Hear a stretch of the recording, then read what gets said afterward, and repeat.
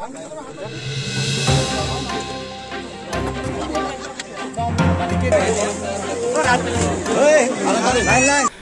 আমাৰ ৰাভা হাছং অটোনমাস কাউন্সিলৰ যি পানটান সমষ্টি এই পানটান পৰিষদীয় সমষ্টিৰ প্ৰায়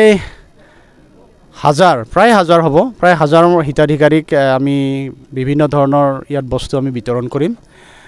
ইতিমধ্যে আমাৰ যি ৰাভা হাছং স্বায়ত্তশাসিত পৰিষদৰ ৩৬টা সমষ্টি এই ৩৬টা সমষ্টিতে ইতিমধ্যে এই বিতৰণ কাৰ্যসূচী চলি আছে আজি আমি পানটান সমষ্টিত আমি আজি বিতৰণ কাৰ্যসূচী আৰম্ভ কৰিছে কাহুৱা গাঁৱত ইয়াত আছে আপোনাৰ আমাৰ কৃষক যেহেতু আমাৰ এই অঞ্চলবাসী ৰাইজ কৃষক তেওঁলোকে পাৱাৰ পাম্পৰ অসুবিধাৰ কাৰণে তেওঁলোকে বিভিন্ন সময়ত পানী যোগান ধৰিব নোৱাৰে পথাৰত তাৰ কাৰণে আমি কৃষক ৰাইজৰ কাৰণে আমি ইয়াত পাৱাৰ পাম্পৰ যোগান ধৰা হৈছে পাৱাৰ পাম্পৰ ইয়াত বিতৰণ কৰা হ'ব আৰু ইয়াৰ লগে লগে যেহেতু আমাৰ অঞ্চলবাসী ৰাইজৰ কিছু ঘৰ বান্ধিবৰ কাৰণে টিংপাতৰ প্ৰয়োজন ইয়াত টিংপাত ইয়াত বিতৰণ কৰা হ'ব আৰু ইয়াৰ লগে লগে আমাৰ খেলুৱৈ বন্ধু বান্ধৱীসকলে যাতে ইয়াত বিভিন্ন ধৰণৰ খেলাৰ প্ৰতিভা আছে এই খেলাৰ প্ৰতিভাসমূহ আগুৱাই লৈ যাবৰ কাৰণে ফুটবলৰ ব্যৱস্থা কৰা হৈছে বিভিন্ন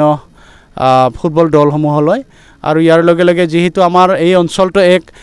এৰি মুগাৰ এক মানে উৎপাদিত এক অঞ্চল বুলি মানে জ্ঞাত গতিকে তেওঁলোকক যাতে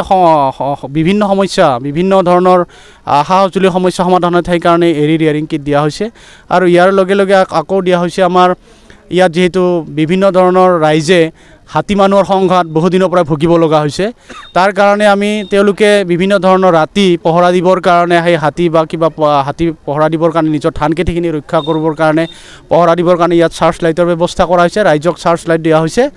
আৰু ইয়াৰ লগে লগে যিখিনি আমাৰ